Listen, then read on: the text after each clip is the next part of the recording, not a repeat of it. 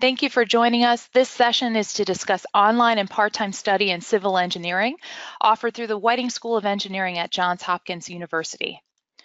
My name is Cheryl Williams, and I am the Assistant Director of Recruitment and Marketing for the Whiting School. With me is Dr. Rachel Sangre. Rachel is our chair, and she'll be giving us a little bit more information on the online and part-time programs in civil engineering. Rachel?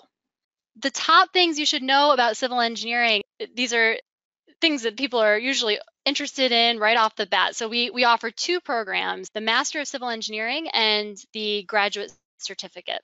The Master of Civil Engineering has a requirement of a total of 10 courses. And students typically complete it in 2 to 3 years. So you can complete it at your own pace. You have 5 years, but that's sort of the typical graduation or time to graduation. There are two tracks. There's either a structural engineering focus area or a general civil engineering program. And you would work with your advisor to determine which one is right for you, if you don't know. And our courses are offered primarily online. If you happen to be local to the Baltimore, Washington area, we do offer courses in preservation engineering at the Homewood campus in Baltimore, but primarily our other courses are online or are currently being developed to be offered online.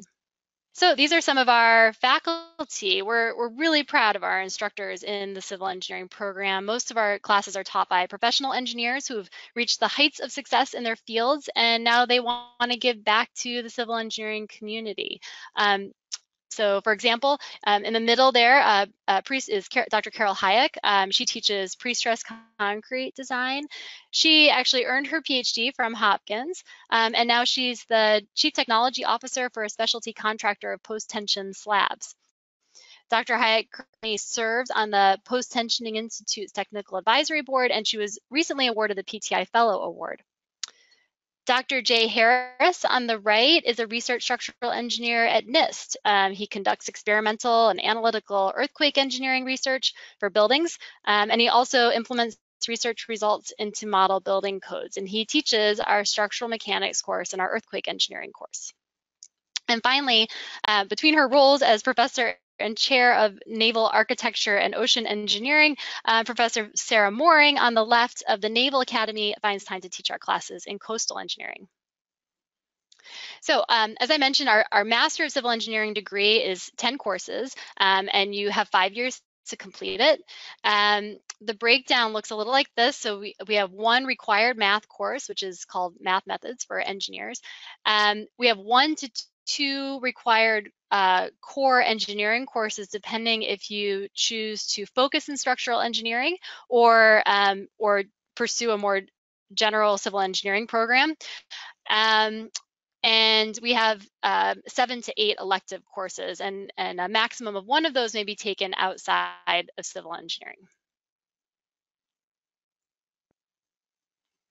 So even though we have this focus area in structural engineering, and that does make up a large proportion of our coursework, our online coursework, we offer courses in several areas outside of structural engineering. So geotechnical engineering, coastal engineering, and preservation engineering, which is in big part structures, but it does involve the collaboration of lots of different people in the building industry. So this is a list of our available online courses at this point, and it is constantly changing, constantly increasing, I should say. So for example, advanced foundation design down at the bottom there says in development. It's actually being offered right now. So we are moving lots of courses online, but those first several in that list have been online for some time. And so you can see a mix there of structural engineering, very traditional courses such as reinforced concrete, advanced reinforced concrete, advanced steel, design of wood structures, and then also some non-structural engineering courses such as design of ocean, well, I suppose that's still a bit structures, ocean structures, but retaining structures and slope stability, some more geotechnical, BIM applications in civil engineering, etc. And we still offer on-site courses, again, for those of you who are local.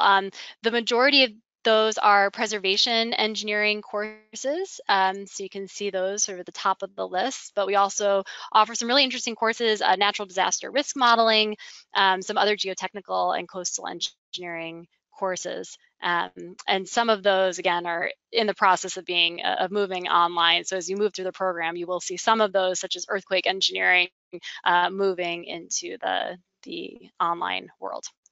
Thank you, Rachel. Now we'd like to take a couple minutes to talk about our application process. The components of your application, so everything that you need to submit in order to have a complete application to apply for this program includes completing the online application. You can do this by visiting ep.jhu.edu/apply. And then also submitting your academic transcripts and your professional resume. If you go to this URL here, it's actually the instructions of where to submit these two documents via email or via snail mail. They are included above the application form. So all the instructions can be found right at this link. Rachel, can you take a couple of moments and just discuss the admissions requirements for your program?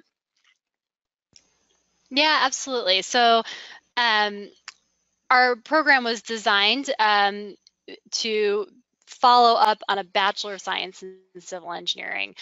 So the admissions requirements are that applicants have a bachelor's degree in civil engineering. That being said, there are degrees that are very closely related to civil engineering. And so if you have, for example, an undergraduate degree in mechanical engineering, sometimes environmental engineering, maybe definitely architectural engineering, those are all similar enough that generally if you meet the GPA requirement greater than 3.0, that we'd love to look at your transcript, and we may require you to take a prerequisite course or two to get you prepared for the program, and we would let you know specifically what those are. But those are the requirements, the absolute requirements for